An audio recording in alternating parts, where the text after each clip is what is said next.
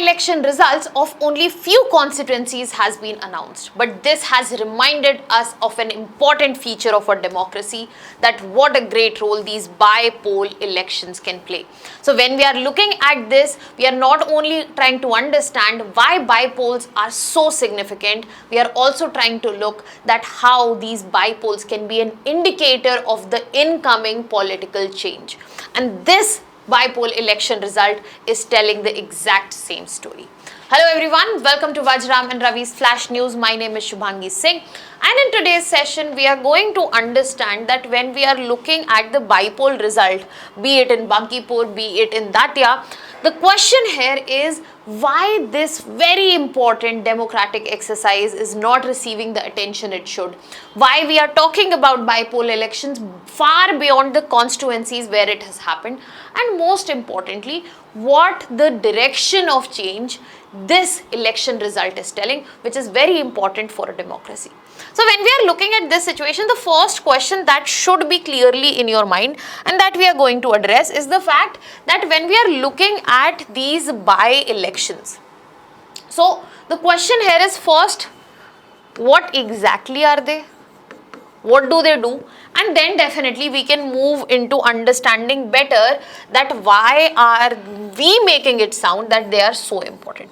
So when we are trying to understand what, you have to understand that a by-poll election or by-polls, by-elections, they are basically a election exercise where we are trying to fill a vacant seat.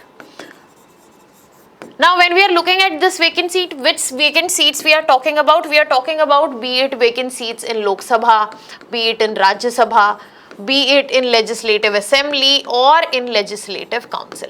So if there is any vacant seat, then this will be filled up by by-elections. Now when we are looking at these by-elections, another question comes in that when we are talking about vacant seats, when these seats will be considered vacant. So in a situation of death of MP, MLA, if they have resigned, if there is any conviction, disqualification, in all these situations, we see that seat has become vacant. For example, the election can be declared void by a court. So seat becomes vacant. Now in this context, the most important thing here to understand that when we are talking about general election, it is for whole of the house. For example, Lok Sabha elections of 2024, it was for whole of the house. But when we are talking about by-elections, it is for only limited numbered constituencies where we are seeing the seats have become vacant. Now the question here is, if we are trying to understand that why this election exercise is being so highly placed, we have to understand that when we are talking about a representative democracy, the representation is the most essential part here. And when we are looking at it, the representation cannot be let go for any duration of time. So for any reason, if the seat is vacant, let's just say a Lok Sabha seat is vacant, that means that constituency is not being represented. And when we are talking about a representative democracy, we have to ensure continuous representation. And this also definitely helps us in ensuring democratic legitimacy. It helps us in ensuring that prevention of especially long vacancies in such important institution where legislation is being done, be it Lok Sabha, be it state legislatures. Now in this context, we have established a broad understanding that why this matters. But the next question that we have to answer, that why we have made such a big hoo-ha of the results that have just come.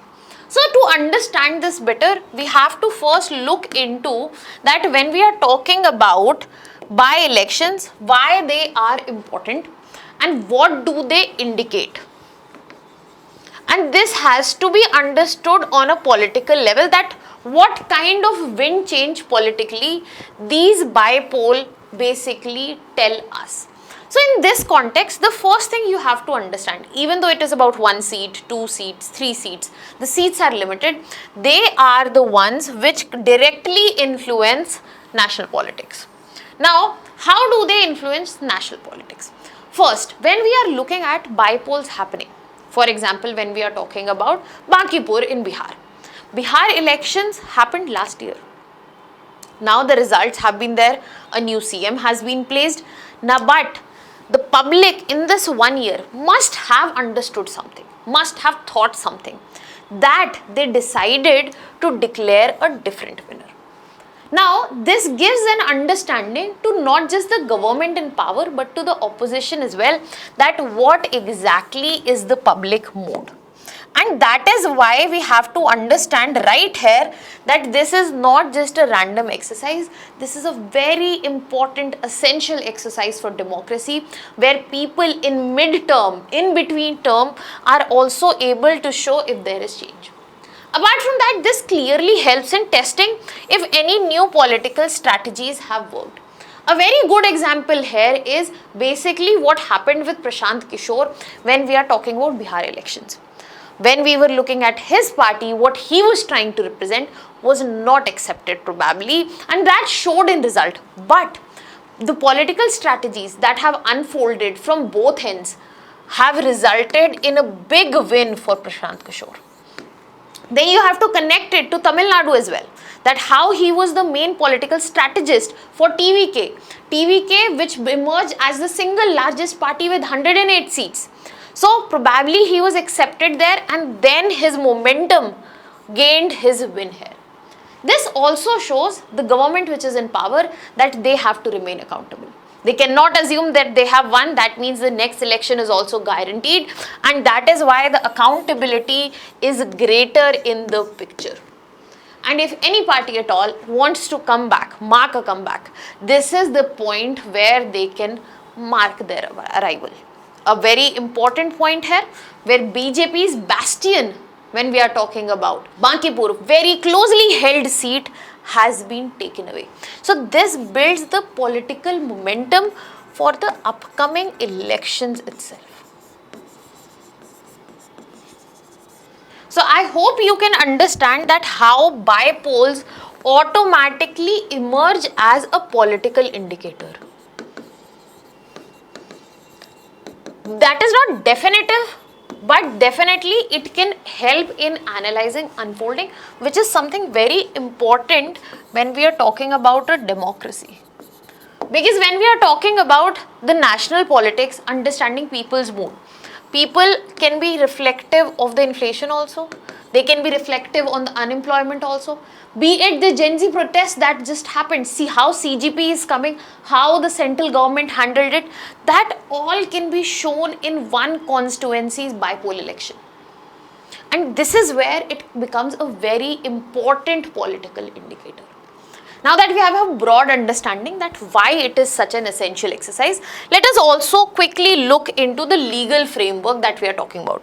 So the constitutional, and when we are talking about statutory provision, the main constitutional provision comes from Article 324 of our constitution, which gives the power to Election Commission of India for superintendence, for direction and for control of the elections in our country. And these elections are not just for parliament but also for state legislatures. Now when we are talking about specifically by-election, we have to then look into Representation of People Act 1951, under which section 151A clearly states that a by-election should ordinarily be conducted within 6 months from the date vacancy occurs. So if vacancy is occurring today, 6 months is the maximum limit within which the by-election has to take place. But there has been a given exception as well, where by-election need not be held if the general election is only coming up in 1 year. So that remaining term is 1 year, then no by-election is required. And if in any scenario, the Election Commission says that conducting elections within 6 months is practically not possible, in that scenario, because of exceptional circumstances, only in these two given circumstances, by-election will not take place. So we have a clear constitutional provision and also a direct statutory provision in front of us as well. Now that we have done all the foundation work here, let us address two important questions, specifically two constituencies which are being talked about in detail in these by-poll election results, and second, when we are talking about bypoll in a country where conversation about simultaneous elections has gained momentum, what will happen to this very important democratic exercise? So starting with looking at the numbers that have unfolded in the result as of now. So the first constituency that we are going to briefly talk about is Bankipur, Bihar, where winner we have Prashant, Kishore, and this Bankipur was a strong hold for the party in center. This is one case study we have. Second is Datia from Madhya Pradesh. Datia, Madhya Pradesh, the winner here is a different party. It's Congress, which is also a national party. Can you tell me in the comment section that what are the criterias for a political party to be a national party? Right? So when we are looking at Congress, Congress also has won marginally by 6,000 votes. But this has happened against BJP in a state which has been ruled by BJP for last 2 decades. So when we are looking at these both of the picture, the question is again not what has happened politically. Why these results matter to our democracy in the political context, that is the main discussion here. Because this result shows us that when we are talking about anti-incumbency debates, that they are real. That probably the party which has been sitting in Madhya Pradesh for 20 years, anti-incumbency thought has arrived in the state. Party which is sitting at the center, which is winning loud and clear new states, West Bengal, they are not able to keep on their stronghold. That means anti-incumbency wave probably is incoming. No definitive indicator, but definitely a starting point to that thought. Now, when we are talking again and again from the perspective of a democracy, something very important in a democracy is opposition. Now, when you see opposition strengthening like this, the morale is boosted. Opposition thinks that they have some ground. They would like to perform better. Similarly, when we are looking at the party sitting at the position, they will have this sense of defeat probably. They will have this sense taken away that they are non-defeatable at all. And when we are talking about governance also here, this shows that local governance issues still hold prominence, and issues like education, employment, and especially what is the national sentiment, be it in form of protest or whatever, this does reflect in our democracy, and by-election is a very small outlet to show that. That is why these are very important from the perspective of understand that how democracy has a very small, seemingly small administrative election exercise, but how big alarming things can be announced through that. And when we are looking at a proposition like one nation, one election, what will happen to the bypolls?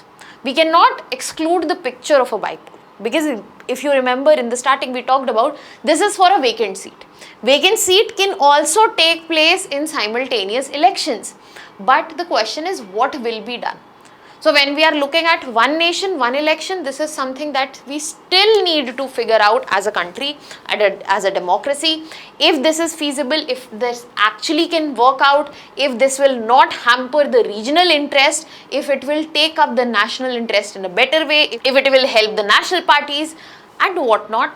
In that context, what is most likely is the fact that when we are talking about bypoll elections, this will remain for vacancies, because election commissions has to conduct by-election, because representation cannot go out from the picture when we are talking about a representative democracy, and that too especially for too long. But there is a possibility, because we want to have simultaneous elections, that the tenure might be changed. For example, if the election happened in August today, right, and the vacancy happens in December, so ideally 5 years are to be measured from August. But what they are saying, instead of, because the vacancy is filled in December, instead of measuring 5 years from there, let's keep the count from here only and not bring into picture, so that 5 years end for all the seats at once and simultaneous election can take place. There are other propositions as well, such as conducting bypolls in fixed windows, not holding them during the final year of the House, which we already have as a provision in section 151A. But at the same time, we have to understand bypolls seem like a small exercise, but they are a great tool for a representative democracy like us, and these results have shown exactly that. Now, what are your thoughts on this? Let me know in the comment section. I'll be leaving you here with a prelims practice question, very easy, direct question. Let me know the answer to this in the comment section. I'll be waiting for your answers. That was all from my side. Thank you so much.